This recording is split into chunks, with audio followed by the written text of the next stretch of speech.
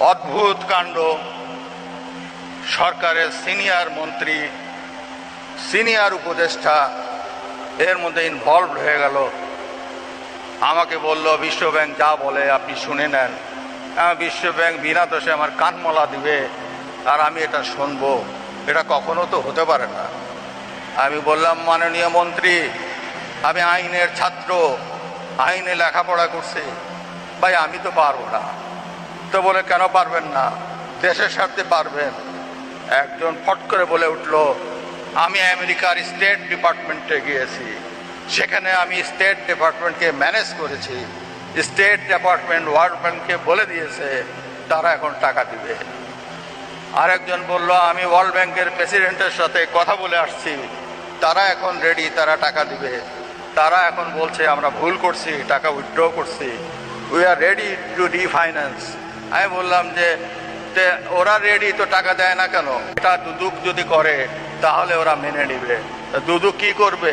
এই এই এই এই এই এই কাজ করতে হবে। যা করতে বলে তাহলে দেশের সার্বভৌমত্ব থাকে না। বলেন, দেশ বিক্রি করে দেব? দেশের সার্বভৌমত্ব বিক্রি করে দিব? আমি বললাম, আমি ক্ষুদ্র মানুষ, আমি এটা বুঝি, আমি এটা জানি এখানে সরকারকে রাজনৈতিকভাবে পরাস্ত করার চেষ্টা করা হচ্ছে, সরকারের অস্তিত্বকে পরাস্ত করার চেষ্টা করা হচ্ছে। এখানে ডক্টর ইউনূস আছে, এখানে 111-এর কুশলীরা আছে, যারা 1/11-র ঘটনাগুলো ঘটিয়েছে, তারা আছে পর্দার অন্তরালে।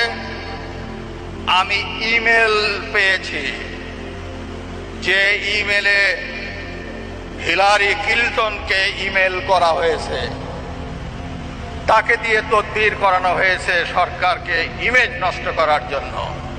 পরিচ্ছন্নভাবে, পরিষ্কারভাবে আজ পাবনাবাসীকে বলে দিতে চাই, এই ষড়যন্ত্রের হাত থেকে সরকারকে, বাংলাদেশের ভাবমূর্তিকে রক্ষা করেছি আমি।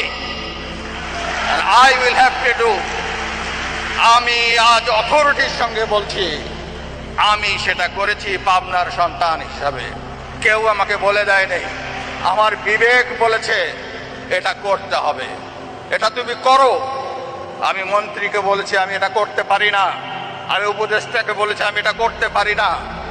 আমি বলেছি I am the last man to do it, I am the last man to do it, আমি করতে পারবো না। আমি তাই করেছি।